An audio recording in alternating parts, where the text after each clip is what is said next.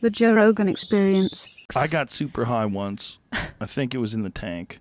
And when I came out, I had this idea that alien life, if it wanted to communicate with us, would come up with a way, a type of language that everyone could understand. Like a language that got right into your brain.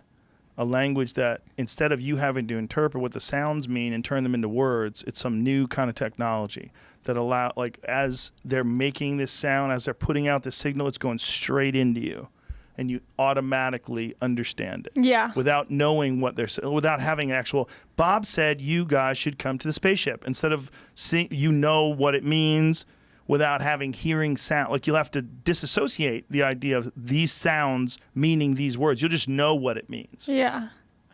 Oh, that movie. Yeah. Oh, that movie Arrival. was crazy. Well, didn't they do it like visually? Yeah, but Yeah. it was like time doesn't matter. Right. There's no sentence. It was all memes and like. Right. That And it was like they would spray black ink into the sky, right? What did they Right. do for Let me see what it looked like again. Yeah, there it goes. They spray black ink and it makes like weird patterns, and that's how they would communicate. Have you But seen? that makes sense. Yeah. Have you seen the trailer for Tenet? Is that what it's called? It I've been looks so excited crazy. for that movie to come out for a while. Yes. So mad the lockdown fucked it up. I think there's a guy named Ray Kurzweil, and he's this brilliant guy who wants to live to be 1,000 years old, and he's got this series of patents that he's come up with. I mean, he's really like a legitimately genius guy, and I got a chance to interview him once a way back. But one of the things that we talked about was he was talking about downloading consciousness into a computer. And they think that there's going to come a point in time where you will be eternal because you're going to figure out a way to take whoever Alan Mikovsky is and put it in a computer and download it. And your material body, your physical body, your biological body won't mean anything anymore. You're going to exist as you inside this computer, inside this thing. I've always thought that that's probably what alien life is. What alien life is something that has gotten to the point where it doesn't need a physical form anymore. Like whatever consciousness is, they figured out a way to contain it in non-biological systems. So they take whatever you are when you're born, but then the thing is, like, how does that thing replicate? What are they doing to make it? What are they doing? What are they doing to make sure the power stays on? Like, what are they doing? I think Keto. probably squats. I think life could be all kinds of shapes. I think life could be, like, there was some speculations these scientists were trying to figure out whether or not light could be a life form. Like, there could be forms of life that are made entirely of light. Well, everything's energy, right? I don't know if everything's energy. I don't know. I thought I've I'd seen a throw lot of that out people and that it are would like- make sense. Just really lazy. But like we're made of energy, you know? Yeah, we're made of energy. But what we think of as life, we think of as like a frog. Yeah. Or like an Alan Mikovsky Something or a with Jamie a Vernon. pulse. Yeah, but it's possible that life might be, like, I've thought about ideas. Like, when you have an idea and then that idea gets in your head, like, man, I like that idea. And then you start working to fulfill that idea. You build a thing. Like, maybe you have an idea, like, how to build a thing. And then you build a thing. Like, that's a thing that, like, forced you to make it. It's like you had an idea that jumped into your brain. And then it's like, listen, bitch, you need to make a canoe. Like a canoe. Yeah. How would I make a canoe? You take a log, you Yeah. fucking hollow out the center, and you roll around inside of it. Just go down the river. And then all of a sudden, this idea that pops into your head, and you start doing all the work. Now you have a physical thing that literally allowed itself to be born by getting this idea that invades your consciousness and tricks you into making things. Doesn't that make you think that everything's already kind of decided? Like, you know, you have free will and control, but to some extent, everything's kind of already, what's going to happen is going to happen. That's not necessarily true. I think you do have free will, but I think you also have determinism. I think this is something that people have argued successfully, where you really have to take a step back and go, okay, what do I think about who a person is right now? Like, if I meet a person, and I meet this woman, and she's all fucked up, and she lies a lot, and she likes to do drugs, and she doesn't know what she's doing with her life, and she cries. Like, oh, get your shit together, bitch.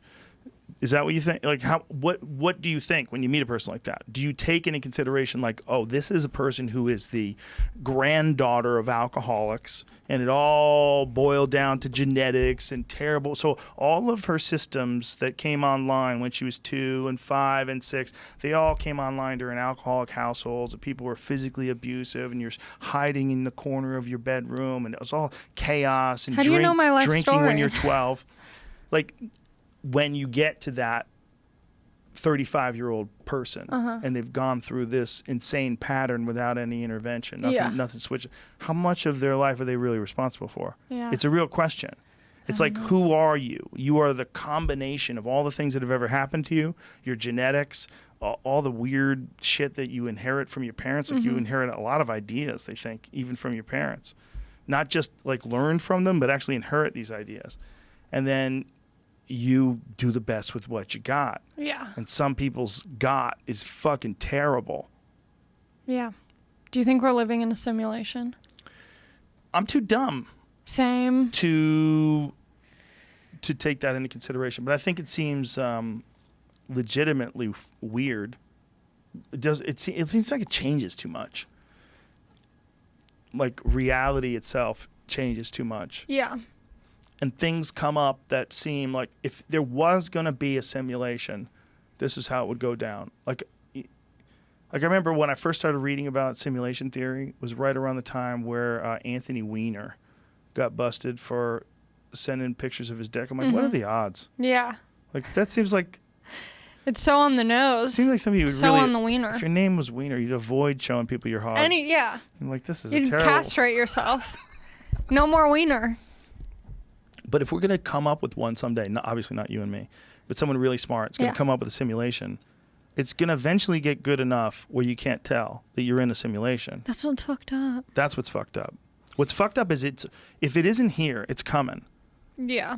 This took me a long time. Like, I had a conversation with this guy, Nick Bostrom, who's a brilliant guy who is a big proponent of this concept. And he was explaining it through, like, probability theory. And Yeah. I was a little too dumb to understand what he was saying, Yeah. but basically what That's he's how I saying feel is, listening to your podcast. if it's possible that someday someone, essentially, I'm paraphrasing, someday we'll have a simulation. Like, what are the odds that this is a simulation? It's more likely that this is a simulation than not. Yeah.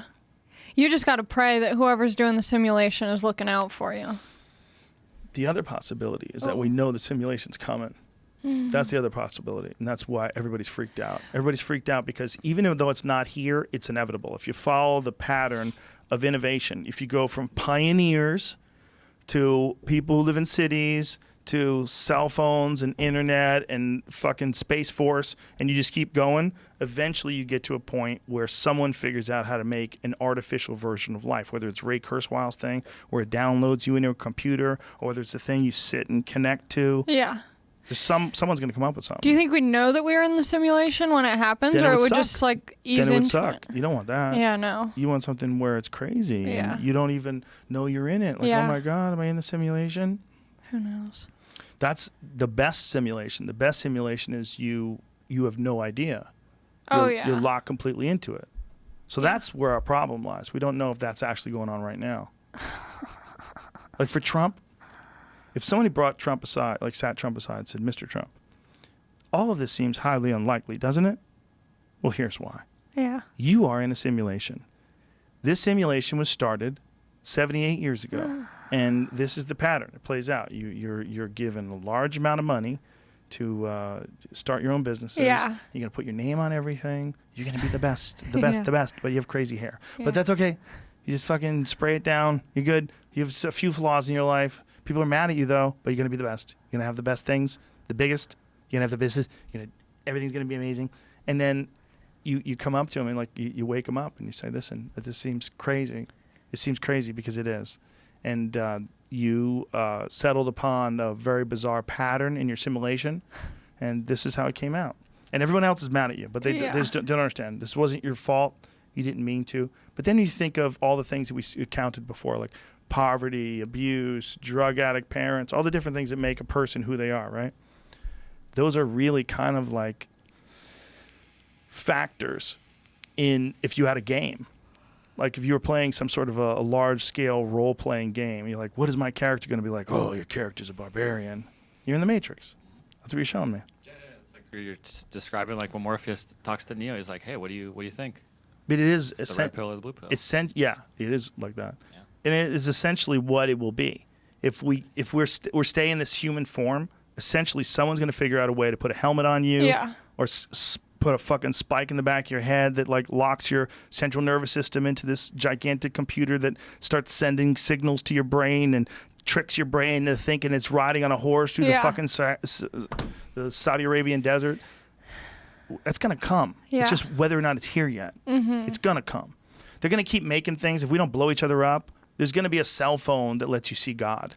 You're gonna like call God. And Yeah. God's going to be in front of you, hugging you, giving you love. Isn't that what psychedelics are kind of like? Yeah. Yeah. Well, that could be what we're trying to recreate. What we're trying to get to could be like a state that's similar to what exists already in nature. Like maybe they're interconnected in some sort of a way. Like maybe someone will figure out, maybe someone who is anti-drug will figure out a way to recreate psychedelic experiences using only technology that interfaces with your brain and turns all those chemicals on.